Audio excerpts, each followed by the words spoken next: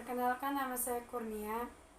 Saya dari kelas 12 MIPA 4. Di sini saya akan mempresentasikan tentang fenomena kuantum.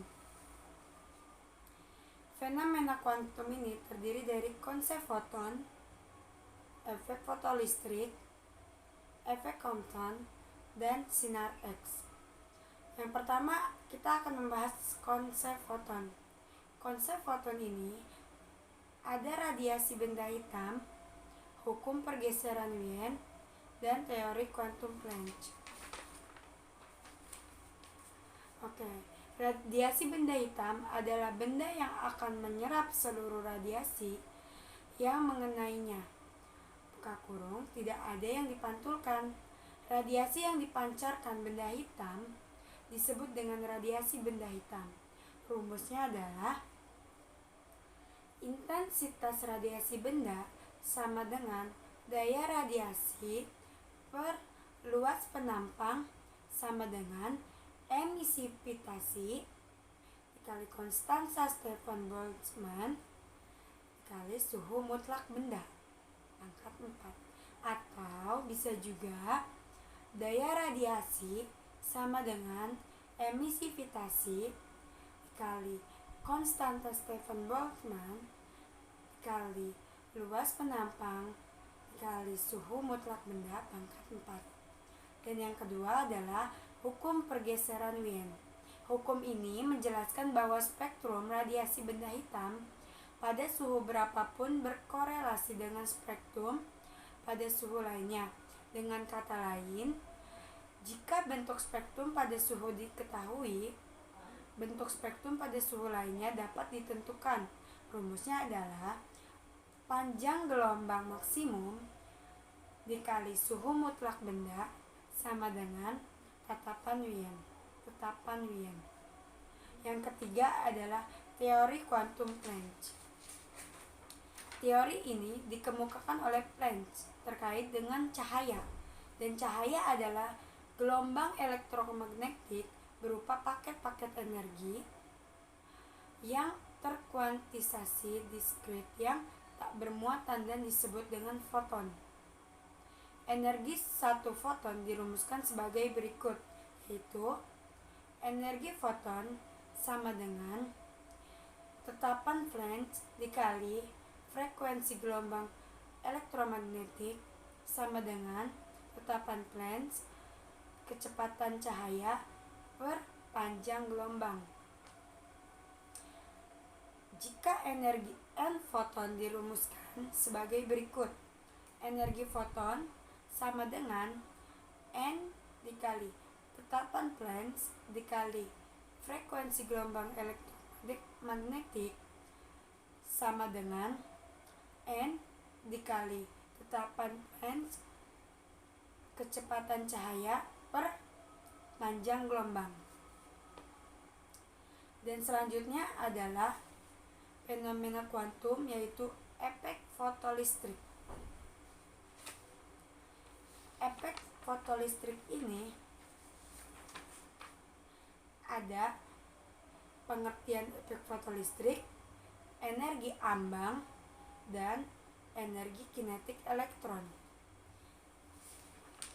Yang pertama yaitu pengertian efek fotolistrik. Efek fotolistrik adalah peristiwa keluarnya elektron dari permukaan logam karena radiasi gelombang elektromagnetik. Efek fotolistrik pertama kali ditemukan oleh Hertz. Agar terjadi efek fotolistrik, maka yang pertama, energi radiasi foton lebih besar dari energi ambang. Yang kedua, panjang gelombang radiasi foton lebih kecil dari panjang gelombang ambang. Yang ketiga, frekuensi radiasi foton lebih besar dari frekuensi ambang. Selanjutnya yaitu energi ambang dan energi kinetik elektron. Frekuensi ambang atau bisa disebut juga dengan frekuensi batas adalah frekuensi terkecil gelombang elektromagnetik yang mengakibatkan elektron dapat lepas dari logam. Besaran yang berkaitan adalah fungsi kerja. Fungsi kerja adalah energi ambang logam yang persamaannya sebagai berikut, yaitu W atau energi ambang sama dengan tetapan Planck dikali frekuensi ambang.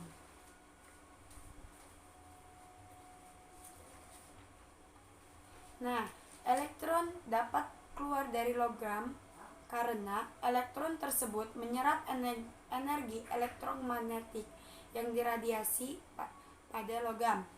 Energi kinetik elektron yang terlepas dari logam yaitu energi kinetik elektron sama dengan tetapan Planck dikali frekuensi foton diambil tetapan Planck dikali frekuensi ambang, atau energi kinetik elektron dipengaruhi oleh fungsi kerja energi ambang logam. Maka rumusnya yaitu energi kinetik elektron sama dengan tetapan Planck dikali frekuensi foton diambil energi ambang.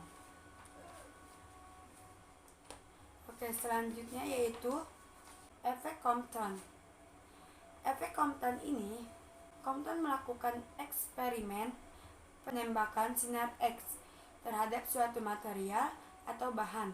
Akibatnya terjadi hamburan seperti gambar berikut. Berdasarkan hasil pengamatan, ternyata sinar X yang terhambur memiliki panjang gelombang yang lebih besar dari panjang gelombang sinar X semula. Hal ini dikarenakan sebagian energi terserap oleh elektron. Jika energi foton sinar X mula-mula Hp dan energi foton sinar X yang terhambur menjadi Hv diambil HVO.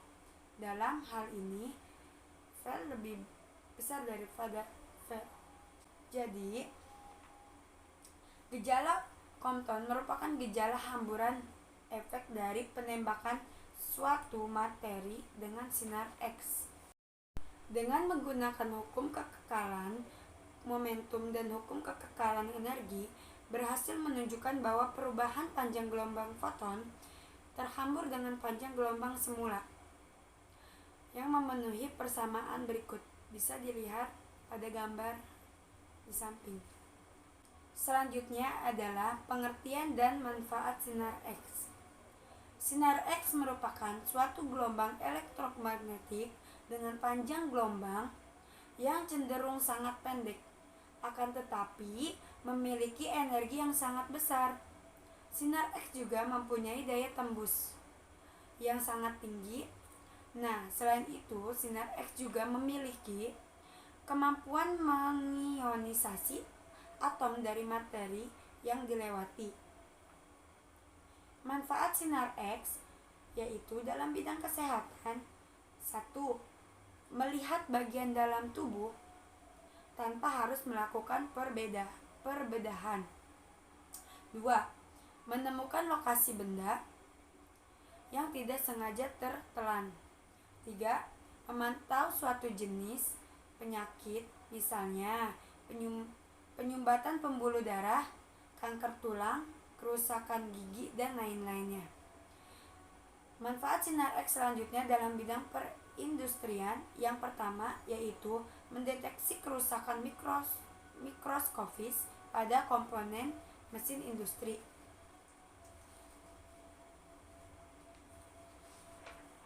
Yang kedua yaitu memantau kualitas produk yang dihasilkan oleh sebuah industri.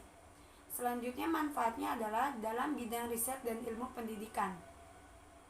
Yang pertama yaitu sinar X bisa digunakan untuk mempelajari struktur yang terdapat pada sebuah senyawa. Salah satunya, contohnya, untuk memeriksa struktur kristal. Dan manfaat selanjutnya pada bidang keamanan yaitu mendeteksi benda keras seperti senjata tajam atau bahan peledak. Dan manfaat selanjutnya adalah bidang pertanian, yaitu menciptakan bibit unggul yang berkualitas dengan menyebabkan mutasi sel sampai sifat yang diinginkan dan didapatkan. Sekian dari saya. Wassalamualaikum warahmatullahi wabarakatuh.